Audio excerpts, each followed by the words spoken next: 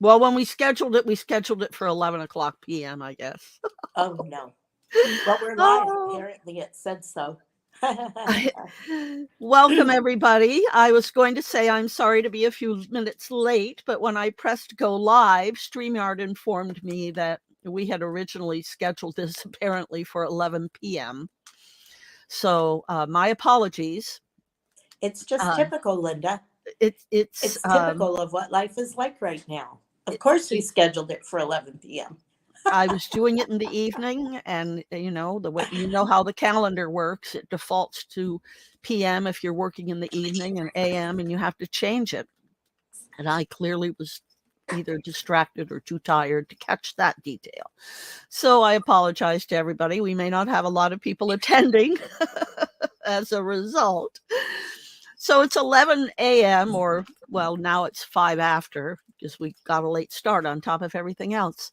In Alaska, it's noon Pacific time, and it should be about 5 after 4 if you're watching this or listening to it on the East Coast.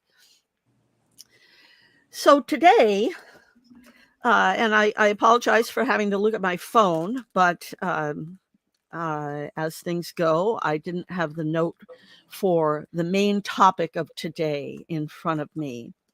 So the main topic of today is how do we handle all the crazy chaos that is happening? Somebody used the term black hole of darkness, and how do we keep our spirits up? So that's going to be our basic overall topic. And I think to start it off, I wanted to share with you a short excerpt from one of my favorite astrologers' outlook for February of 2023.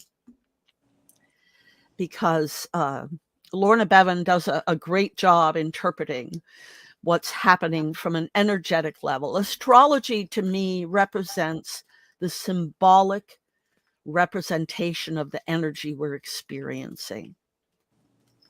And so I trust it as a science, and I really trust Lorna Bevan to do a good interpretation of it.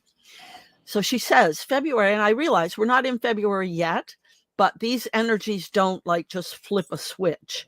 They ebb in and ebb away. And so we're in this ebbing towards February, and we can feel much of this already happening. So February 2023 is a month when the unavoidable separation of worlds between the devolving descending and the evolving ascending intensifies. See, we're already in that. We've been in that for quite some time now. The two very distinct bandwidths of experience and diverging timelines will become more and more obvious as both Pluto and Saturn carry out a karmic sweep through the final degrees of Capricorn and Aquarius before changing signs in March. Although it feels like the end of days, the Kali Yuga, an unending dark night, there is a silver lining. What we are witnessing globally and experiencing in every aspect of our lives is the last gasp, extinction burst. The dinosaur tale of the dying 1% patriarchal system thrashing out, trying to cling on to the control of the 99%. Their tactics have gotten dirtier the more endgame approaches. The negative attempts to pull us back down, contain us, and sidetrack us, we are increasing. That pull us down, contain us, and sidetrack us are increasing and will continue. Now, to preserve her copyright, I'm not going to read anymore, but that basically gives you an idea of why things are feeling the way they're feeling. And we need as many tools and as much help as we can to aid us in remembering that we are divinity in form, and aid us in the ability to create a beloved society out of this chaos that we're living in right now. And the way we do that is individually. We can only do anything really with ourselves. And then everything else becomes a byproduct of the energy that we're putting out and the energy that we're creating. Mary, do you have anything you want to add at this point? Yes, at this point, what I want to add is that one of the things that I realized recently is that, the way in which everything is sort of falling apart, like on the macro, is also happening in my micro. And what I mean by that is that whatever systems I had in place that weren't really functioning have all just like fallen apart. So the outer chaos has been mirrored in like my life, my home, my work, like everything is madness. It really is kind of. And I'm like, okay, the systems I had weren't really working. And now I'm seeing that. And, I have to also come up with my own new ways of being and doing. So I felt better when I realized that that's what this is. Everything is up for review, and that includes everything, everything. Right. So, Right. I've been saying that for a while, yeah, that absolutely everything that requires attention, whether you realize it or not, is going to come to the surface. yep, Yeah. and Yeah. it is. Yes. I totally agree. And that's what everyone's experiencing. They just don't realize that that's what's happening. That's what's happening. And last night I take public transportation, and going home on the bus, the phrase that came to me was pressure cooker, because the trolleys were delayed, and then the bus was extra crowded, and there were all these people and all this energy, and it was not very calm, peaceful energy to a great extent. Right. And it was, and then I thought, well, nowadays maybe it's more like Instapot. Right. But Or an air fryer, but there's all that steam you gotta Right. valve out. Right. So Right. it's interesting. It's really a fascinating time to be alive on Earth and to be witnessing what's happening here, because you think of earlier times, and in older days, things didn't change at the rate and speed that things change now. Right. And things weren't forced upon us in the same kind of way. And what I'm talking about are things like the technology behind the technology we use. So, for example, one of the reasons why we were a few minutes either very early going live or a few minutes late going live, if you want to use the correct start time, was because I opened up the computer and went to log in. I have a separate personality that I log in when I'm doing these broadcasts, so I don't have a lot of background stuff happening on the machine. And I went to log in, and the computer wanted to do an update. And it's like we get stuck in these situations that we have really very little control over. Like, here I am, I'm 5 minutes from trying to go live on a broadcast.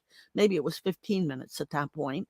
And now I don't know if I'm going to be on time or not, because this thing that I have to use is choosing to do something else on its own for a while. Yeah. Or you wake up in the morning and not only has your phone gotten an update, but it's like a whole new version. And now you're forced to try and learn something new when all you wanted to do was write an email or call somebody, or, use it for your calendar, or even play a game on it, whatever. You pick it up and it's got a whole agenda of its own. And you're off having to deal with things that weren't even in your ballpark for that today, not on your calendar. Right. So And then we move out into the world. I mean, when you have to leave your house, and now you're really interacting with everybody else that's having the same similar experience. And one of the things that we can do, I think even more so than ever now, is this is what I do. When I see somebody else that's struggling with the whatever it is, or blown away. I was behind somebody at the grocery store, and an elderly woman, older than me, and she's watching the cashier ring her stuff up. We still have cashiers occasionally, and she's watching the cashier ring her groceries up, and I kid you not, her jaw is just dropping with each thing a little more till they get to the total, and she's really, I'm not kidding, standing there with her mouth wide open. Mm-hmm. And the cashier looked at her and she said the total out loud, which is something like over $200. And the woman just kind of got this look on her face like, well, we have to eat, but you could see in the back of her mind, she's thinking, but what else am I going to have to give up now? Because this just took half of my budget for something else. Right. In order for me to eat. And so when I see someone doing that, I'm compassionate with them. I strike up a conversation and let them know that they're not alone in how they're feeling, that, that we're all going through this together.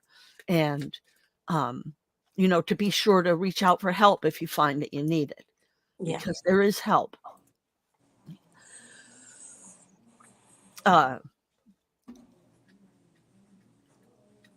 So I just see a comment that came in that really doesn't have anything to do with the conversation at hand, so we won't go there. We can. If I knew how to get rid of it, I would, but I don't. Off the top of my head, I can't remember. So one of the things I wanted to do was start people off the beginning of the year. I realize it is still January, though. It's the beginning of the Asian New Year. Asian New beginning Year. of the year of the rabbit. So Yep. It's a good auspicious time.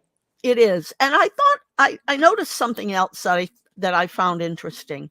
Our last episode in 2022 was episode 18, which if you add those numbers together, you get a 9, which is the end of the cycle. Completion. And then today is number 19, which is a 1. That's which is funny. the beginning of a cycle. Almost like we planned it, Linda. Almost like we planned it, but we really, really didn't. Yeah, I like it. Yeah, me too. Hang on just a second. I need to go off camera for just a second. So what I wanted to do today is start by giving folks a couple of analogies that they can use to help remind them of sort of the grander scheme of what's happening here. Yeah. Because a lot of times we get caught up in the minutia of our lives, and we're so conditioned. We're conditioned by everything around us, and everybody around us is so conditioned by everything around them that for the most part, as a society and a humanity even, we've really forgotten what we're doing here, why we're here, and what the point is. So my favorite analogy is the analogy of a play. There is already a play happening here. And you'll hear me say whatever's happening, whatever's going to happen's already happened. And that's because there is no such thing as time. So whatever we think of as some future moment is actually happening as we're thinking of it. And we can influence those future moments in this moment where we are by getting into the mindset of being in the play. And so we all come here, just a quick review for those of us those of you who either are new to this material or it's always good to get a refresher, right? We all come here for the same reason. We absolutely all have the exact same soul purpose. And I know that that will not sit well with some people because they are very invested in their free will. And that's fine. There's no problem with that. But when you're really invested in your free will, you're actually most likely outside of the play. Because the play and our soul objective, collective soul objective, is to be here to create and experience the feeling of heaven on earth through our interactions with our surroundings and each other.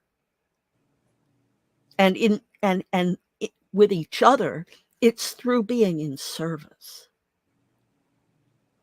So if you're someone who pretty much goes through life wanting to help other people, you're probably in the play. You're probably on stage. You're probably fulfilling your soul purpose. Now, you could be doing it for monetary gain or for ego gain or for other reasons, in which case you might actually not be participating in the play. And you might have done what I call walked out of the theater and you're participating in some kind of a sideshow outside of the play.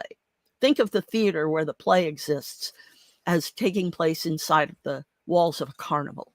So outside the theater where the play of creating and experiencing heaven on earth through service to one another is happening, outside of that theater, when you go outside, there's a carnival happening. And that's everybody with their free will. And it's fine. It's really fine. The whole issue is you've abandoned your true soul purpose and you're engaging in bodily delights. You're engaging in the physical realm and in experiencing and having fun in the physical realm. The problem is the physical realm isn't really real. So when you give yourself up to that physical realm, you're really kind of letting your body take over and your body run the show, your wiring of your body, which is your ego, running the show, rather than your soul and your spirit. So another analogy that kind of works well with this is the analogy of the tapestry. When you think of a play, there's a script, right? It's already written, the beginning, the middle, the end, the characters, the development. Think of that as a tapestry, like an ancient wall tapestry hanging in a big castle somewhere. And you have to stand back, way back, to be able to see the whole thing and take the whole picture in. And it might take you a while to take the whole picture in because some of them are actually telling a story, which is the whole point of using this tapestry as the analogy. But we tend to go through life as if we've walked right up to that tapestry and we have our nose pressed against it. And now when you open your eyes, what are you seeing? You're seeing the knit and the grit. You're seeing the individual threads. You can't see any of the picture because you're so close and involved with this one particular spot in this huge tapestry. So that's something that I've experienced in my own life personally, is being able to realize that there is this big picture going on. And I've realized it through some personal experiences. And I can share one with you that I think is perhaps the most significant in terms of, wow, how did that all work, right? So I am the result of my mother having an affair. And when I was about 5, she told me my real father's name. And so I've always known my real father's name. I'm going to try it. Can be a really long story, but I'm going to try and make it as brief as possible and just give you the bare facts that you need to be able to see the tapestry. So my entire life, I've known the name of my father. Well, 10, 15 years ago, maybe a little longer, Ancestry.com came along. And that after that, 23andMe, I think I'm doing these in the right order, 23andMe came along. And at one point I thought, well, what could it hurt, right? What might I find out? And I wasn't so much even thinking about finding people as I was just settling my own inquiry as to my genetics, right? So oh dear, that was a phone falling on the floor. Yikes. Yikes. Oh, and by the way, I do have a studio phone with me. So if there is anybody that's out there watching or listening and you want to text in or call in to the studio, I can put you on speakerphone or I can read your text comment and we can answer your question. That number is 907-351-3003. And that's not the phone that fell on the floor. So we should be okay. So I got on 23andMe, and 23andMe told me I was 50% Italian, which completely violated the story my mother had told me or contradicted. And I didn't know what to think. And then at some point I was telling a friend that story and they said, oh, well, Ancestry.com's having a sale. And, you can join right now for, I think, $99. And I thought, okay, they have the bigger database. I understand that. They've been doing ancestry work for much longer than 23andMe. And so I went ahead and I joined. And it came back and it said I was 50%, a solid 50% Lebanese. And I knew that to be true. That matched the story. But here's where it gets interesting. One day, I get a message from somebody. And he says to me, I think you're my wife's first cousin. I think your biological dad is her uncle. Okay. And so he sends me a couple of last names. He said, it would either be this last name or this last name. And I wrote him back and I said, well, if it was this guy, that's my dad. And that turned out to be his wife's uncle.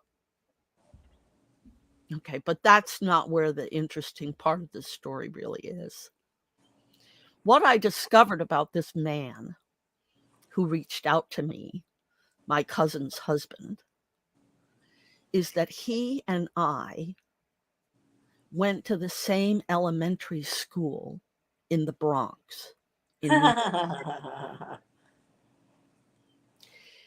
He was a couple years older than me, so we weren't in the same class.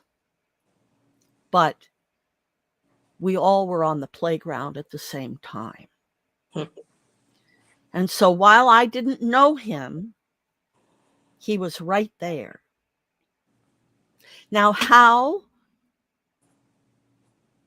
did a guy from the Bronx end up marrying my Lebanese cousin? I'm not sure I know that story yet, but that's the tapestry. That's where you have to stand really far back to see these lines. You've probably heard of the movie, or maybe you've heard of the movie or the book, The 6 Degrees of Separation. It's based on the premise that we're all 6 people away from each other. and that if we could go out that far, we'd find somebody that we both knew. To me, this is that invisible thread, that invisible script that we don't see, but it's there. It's there to move the story along. This is where the roles of angels and other angelic beings come in, other energetic beings, rather. This is their role in our lives.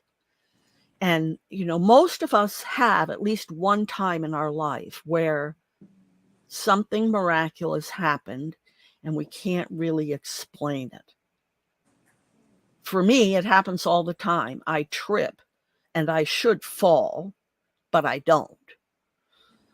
And I often can almost feel the lift of hands underneath my elbows, or something grabbing on the back of my shirt and pulling me so that I don't fall forward.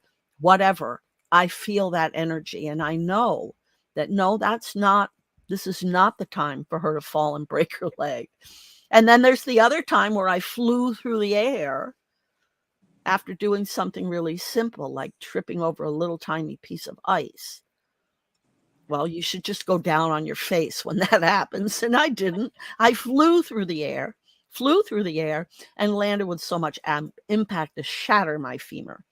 So, and that was actually a positive thing, even though it sounds like a terrible event. It was actually a very positive thing in my life. It had to happen to move the story along, right? And that's my response when people ask, why did something happen? Why did that have to happen? First of all, the first thing I'll say is why is not what matters. It's what is your response to it. That's what matters. Why something happened is irrelevant. It's already happened now. You're crying over spilt milk at this point. But ultimately, the answer to why it happened is simply to move the story along. That's it. Don't give it more power than it needs. There are some horrible things that have been happening in the news lately. And if you realize that they are happening in order to move the story along, you can tolerate them in a different way. You can find them more reasonable to deal with than just thinking of them as just random evilness, because that isn't what's happening. That doesn't exist. Right? Random evilness is not something that exists. That's a conditioning that we've been taught to believe in. Because the only thing that ultimately exists is divine love. That's what's behind everything here. That's what's behind everything happening, everything you can see. It's behind everything. That's what's moving the story along.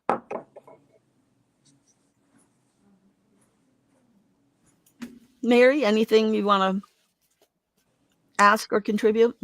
I would like to say, I agree with everything you're saying, and I've certainly had my things in life that kind of have reinforced, in the moment things seem bad, and then in the end it's all for the best, usually jobs I've lost. Right. But I want to focus specifically on how I manage my energy on the hard days, because I think that that is a really important aspect that I want to dig into a little bit. Okay. And you can see right here one aspect of how I manage my energy. We're doing this broadcast again, let's become a beloved society. So my thing was to wear hearts. And we're back for the first time in months. So, I brought out big time. It's kind of a cute little skirt all thing. Mm-hmm. And I feel really over the top in a good way today. I was feeling very pleased with myself. And some guy where I went to get coffee said, "Oh, happy Valentine's Day." And I said, "Thank you. I decided to start early this year, you know?" Yeah. And it's absolutely true. I dress in a way that pleases me and makes other people happy. And the other day I was kind of sad and I was like, "Mary, look down at your legs." Because I had on this galactic dress with all the constellations on it. And I happened to have these tights that match perfectly. So they were blue like the dress with like sparkly constellations.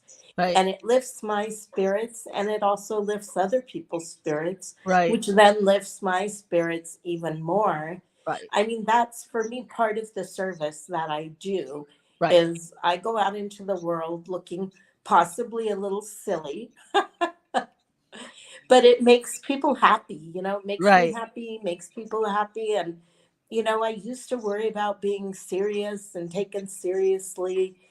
And I'm really glad I got over that. And, you know, I really want to be a little ray of sunshine for myself and the world. And Right. and it really is about service for me. I did this thing on what is your life's work. It was like a workshop. And the interesting part was that for everyone there, an aspect of their work was love, like love my family better, whatever. Well, Right. mine, and I think I've shared this here before, but what I came up with was Mary's manifesto for living. Right. Number one, love myself unconditionally. Number two, love others unconditionally.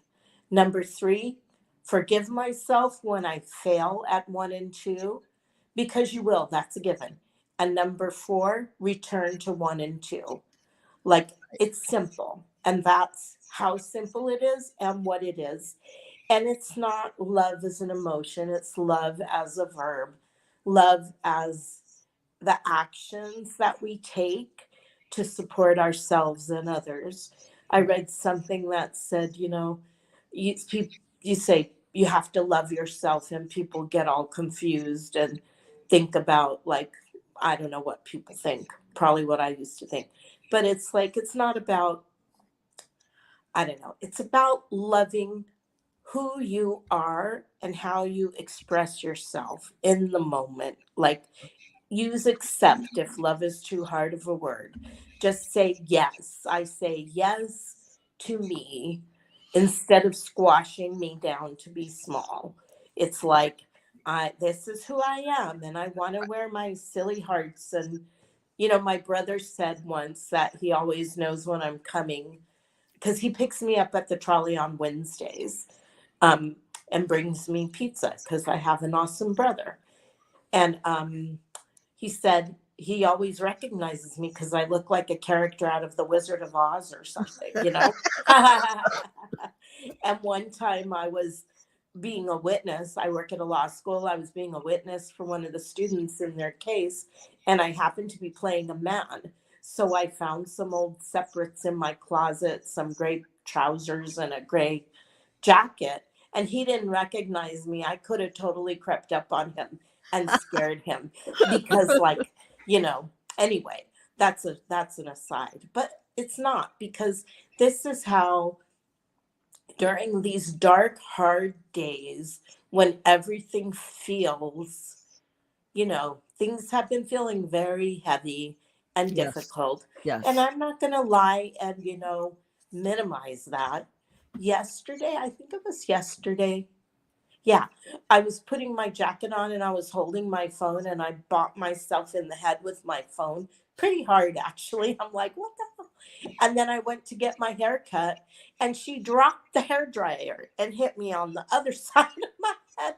She was very apologetic, of course, but it's like, okay. So today's theme is literally things bopping me on the head. Right. But, you Right. know, I just look for the humor in my life and the beauty in my life.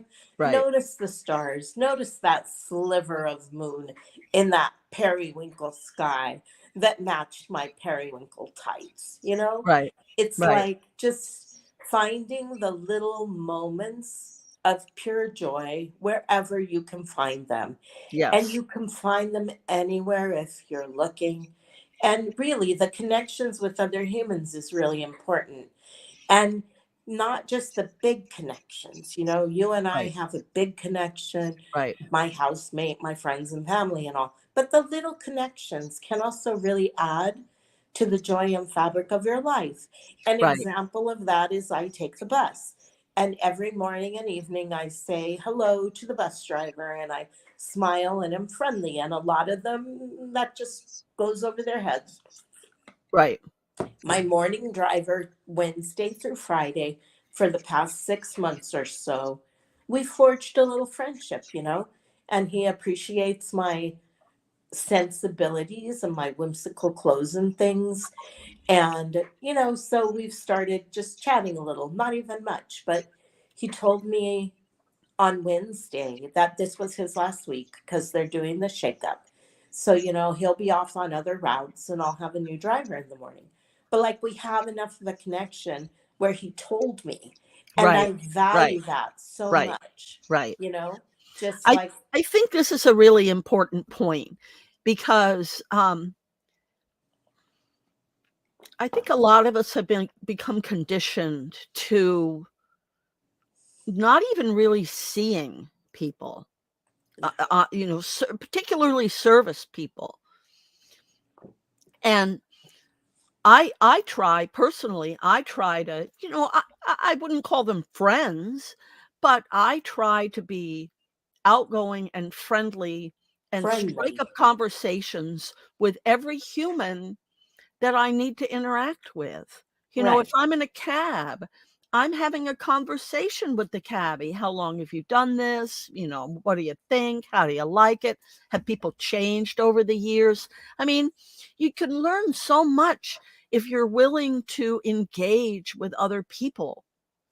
And I so you so you're the, you know, you're the character out of The Wizard of Oz.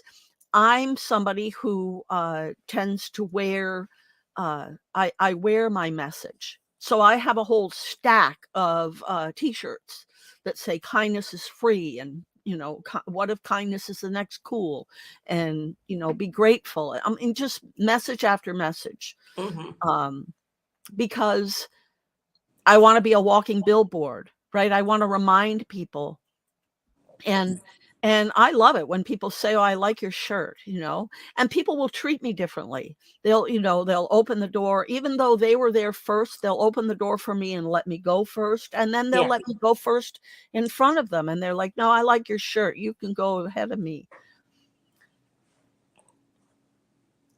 Maybe it's really for the people who don't like the shirt more, but I like the fact that there are people that will acknowledge that, "Hey, that's a good thing to say." You Yeah. know, we're in agreement there. Yeah. Um, I wanted to also give everybody a real quick, this is a very short mantra, and I have actually found it to be helpful in all kinds of different applications, all kinds of different places where I start to feel unsettled or uncomfortable or unsure about what's happening. What I'll say is, I am safe, safe I am. You are safe, safe you are. So if you're somebody who really, you know, puts a lot of investment in I am statements, you've got it covered with the I am safe, safe I am. But when you go ahead and you say you are safe, safe you are, that's what your spirit and soul hear. And the cells of your body hear it in a way that they don't hear the I am. Because the I am really doesn't exist. Like, we're all one. We're part of a collective. Everything is connected. Everything. You know, the microphone sitting here doesn't go, "Oh, I am a microphone." You know, it's a part of the collective, and it actually knows probably more than many people that it's here in service to me. That's why it's here. That's why the microphone exists, is to be in service to me. And when you realize that pretty much everything around us, every animate object around us, inanimate object around us, is here to be in service to us, because otherwise, why would it need to be here? It wouldn't exist otherwise. I want So, to add something, Linda, yeah, go ahead. because since we talked about that, I've been doing it, but I've added, we are safe. Safe are we. Oh, now this is excellent. Mm-hmm. Excellent, Mary. Yes, Mm-hmm. because that's the collective. Yeah, and that's the Yes. point. Yes. Oh, I Yeah. got chills. Oh Yeah. my. Yeah.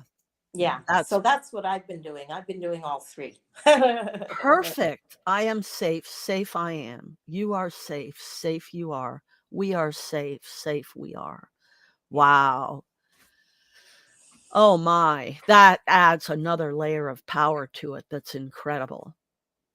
And it's really it's really true, because even if the most hellacious, unsafe 3D thing happened to you, we're still safe, Yeah. because nothing happens to us. Yes, something happens to the body, the physical housing. There can be pain, but that isn't us, right? Back to the play. This is the costume. This is what we're wearing while we're here. But this isn't our soul. This isn't us. Yeah. This is just what we're wearing while we're here, Yes. because we're eternal. We're eternal. Yes. And this is supposed to be fun. Yes. And also I just want to say, and I know you know this, it's the housing that we wear, and we can all tell. We think that what we wear is important. So, the body is important. And some people, when you have these conversations, they take that to mean that the body doesn't matter. And it's not that. The body is like, I look at the body the way I look at my pet, right? It's a sweet little animal. It gets scared sometimes, and it doesn't need to be beat up because it's scared Right. or picked on or abused. Right. It's my sweet home Right. that my spirit chose for this adventure. And it's a wonderful body. It does everything I need it to do. Even if I think like, oh, I could be skinnier or taller or, whatever. It's a good body. If it was my pet, I'd be like, good girl, you do it all. You walk to work, you feed yourself. It's Yeah. like it's a good Yeah. it's a good body, you know? I yeah. I also like to remind people to think of their costumes as uh as selected to help move the story along. Yeah, So that if there's something, I don't want to, I don't ever want to use the word wrong, because there's never anything wrong with us. But right. there are things that may not be working right. We may not Yeah, be, our body may be dysfunctional in some way, or limited in some way, our costume. So those things can be in place in order to move the story along. right. So it's ultimately the most important to learn to love oneself as oneself is, Yes. first of all, but also to recognize. As is. Like when you buy something from the floor, the Right, showroom right, floor, right, you as is, accept like, it this is it. as is. It's got a ding in it here and a little nick over here, and, Yeah. and for that, we're gonna give it to you at a lower price. Um, but the other thing to recognize, and this is where it can get really uncomfortable to have this conversation, but I've heard people say, the body wants what the body wants, as a way to make it okay to indulge in things that may not necessarily be a part of the plot or the play. Right. And this distinction is important to understand, because it will play a really big role in addiction. Yeah. and in self-abuse, Yeah. and sometimes even in the abuse of others. Yeah. And so loving your body is one thing. Letting your body run your life is a completely different thing, Right. and is really not something that that you want to engage in. You Right. really want to be much more conscious and Right. feel that separation. It's like how the ego is not bad or wrong, but you Right, don't want it running the bus. right, right. Exactly, exactly. Yeah. So now let me look again. Oh, that's the phone that's on the floor. Um, I wanted to look at Heather's question again. Uh, do you have it handy, Mary? To look at my text, I have to Oh, look. that's It'll right. take me out of the studio. Okay. All right. Never mind then. So when things are feeling heavy, I think is the time to try to remember that something much bigger is going on here. And if it's feeling heavy for you, then what you want to do is try to use that mantra. I am safe, safe I am, you are safe, safe you are, we are safe, safe we are. Use that mantra to try and lift that heaviness, because it should. If you give it some attention, you just let it run like in a little tape in your mind. It should. Your cells will feel it and hear it, and will start to remember that you aren't this, right? Yeah. You reside in this, but you aren't this. Yeah. I remember she said something about like being overwhelmed by the negativity. Right, Like, how do right, we right. escape that fate? Well, and in a very real sense, you can't escape the negativity, because we're going through this extinction burst. We're Right. going through this sort of death of the cosmos at a spectacularly large level. Yeah. We're talking about ancient ways of doing things that we're going to stop doing. So, like, what I'm feeling is how to not be overwhelmed by it. Like, it's a tsunami coming over us and washing us away. It's Right, like, how do we maintain our center right, within this force that is undeniably happening? And I right, don't know if I tagged you in something that Vito said the other day, right, which I can't reference either because I don't want to leave the studio. But it was about how it's like what you're saying. This is a huge global right, force, and right. it contains a lot of anger because of what's been going on. So there's chaos Well, and it's not there's just the anger of what's going on, it's also the anger of those who are losing their ground, right? The right. old way is Right. not They're acceptable. angry. We're angry at the injustice of the Right, old ways, right, and they're angry at losing their ground. right, Yes. right, right, right. So, So I think I think there's a fairly simple remedy that people can use, and that is to remember, first off, that we are each here to be grace, love, and hope to one another. yes. And so, in any given moment, when you're starting to feel down, when you're starting to feel overwhelmed, you can stop and just ask yourself, in what way am I helping my soul's agenda? In what way am I being grace, love, and hope? And just focus on being that to the extent that you can, Mm-hmm. with yourself and with others. With yourself first, because there isn't anything out here from a quantum physics point of view. It really is all stemming from within each of us out into the collective. And so for each of us, loving ourselves and finding our way to be grace, hope, and love with ourself first, and then with each other. Yeah.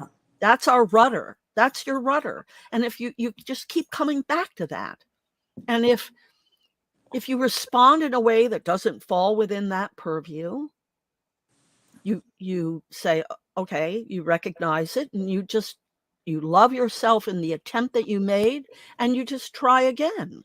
And never beat yourself up for not loving yourself. Never Never beat yourself up for anything. Never beat yourself up for anything. But the irony of beating yourself up for not loving yourself right is right. And if love yourself is too hard, like I said, try accept yourself.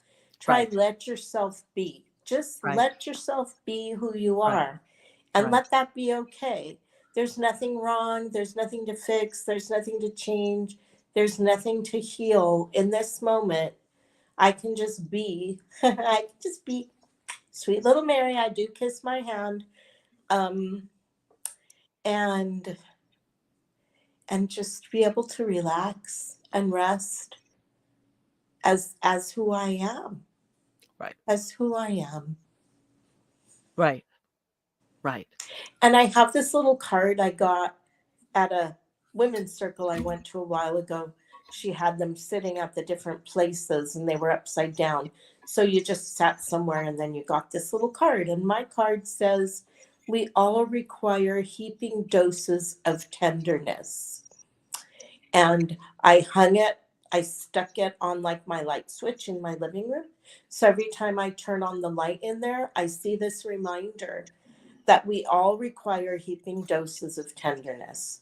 I do, you do, we all do. And it helps me to stay gentle with myself and with others. And just like you said, grace, extend grace everywhere all the time, because we all are here in this same soup. And it's quite a chunky stew right now. I also saw a meme that said, life is soup and I'm a fork.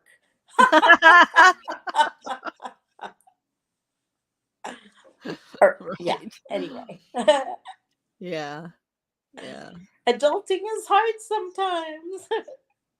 It is. And it's hard because we don't have the whole story. Most people don't have the whole picture. Most people are looking at it with their nose pressed up against the tapestry. Yeah. And they haven't been told. And it's simply a matter of our perceptions and our conditioning that we need to break out of, to realize that the control that we have is over ourselves. It's not over anyone else. I mean, yes, as a parent, you have to exert some control over your children. But as a parent, you learn very early on, you're not controlling that kid. Guidance. Not in any way, shape, or form, right? They're controlling themselves. You're controlling your behavior most of the time. Yeah. But that's really the key, right? Is that take that moment before you just automatically react. Take a moment to think, how do I become grace, hope, and love in this moment right now? And if you just use that as your rudder, you will come back into yourself. And also the service thing. Let's just emphasize that. Right. Because my life has gotten so much better since I stopped worrying about myself as much and started worrying about how can I contribute?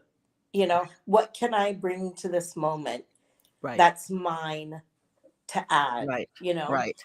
And how can I just bring more joy and happiness into the world, mine and other people's? And, you know, And when I'm feeling down, feeling like I've had a positive effect on someone else makes me happy too, you know? Yeah. Like, so I know I sound like little Pollyanna. I'm good with that. That's all right. That's all right. We're coming up on the top of the hour. You've been with Mary Ardanya and myself, Linda Lamp, for our discussion of Let's Become a Beloved Society, conversations illuminating our path to wholeness. We do these broadcasts on Fridays at noon Pacific time and 4 p.m. Eastern time. 3 p.m. Eastern time. Oh, 3 p.m. Eastern time. You're right. Yeah. It's okay. That's yeah, how it is right now. 4 p.m. from me, because it was 11 o'clock when we started for me, Right. because I'm in Alaska. We do them live most Fridays. Oh dear. Now I will have to get that, or we'll have to listen to it. So hang on. Oh dear. We do them live on Fridays at noon. Right. But My time, Pacific time, for 1 hour. Yes, for 1 hour. And there will be some Fridays coming up. There's a Friday in February, I think, that I won't be able to do it because I'll be traveling. But in general, we're here. If you'd like to send your questions or comments ahead of time, you can send them to questions@walkingthroughyourwalls.com. You can also call or text 1-907-351-3003. And if you want to visit my website, it's lindalamp.com. That's LYNDALAMP.com, or lindalamp.shop. Mary, you want to give you got a website? Not or right email? now. All right. Maybe Give I'll out your make one. email, though, for people who are listening. Honestly, I'm looking at that email and I'm like, it says marylaughsloud@gmail. And I'm like, I have to make sure I have that right. So, Okay. All right. Well, we'll hold off. If you want to get a my hold of first, Mary, message me and I'll pass it you along. message her, and All right. my email address is mmardanya@gmail. So my name is there, so you can see how to spell it. But yeah. All right. Well, Hi, there's Heather. Thank you, Heather, Thank for you. being here. Glad you made it. Thank you to everybody that was watching and that commented. And we'll see you next week. Yep. Namaste. Love you all. Bye. Bye.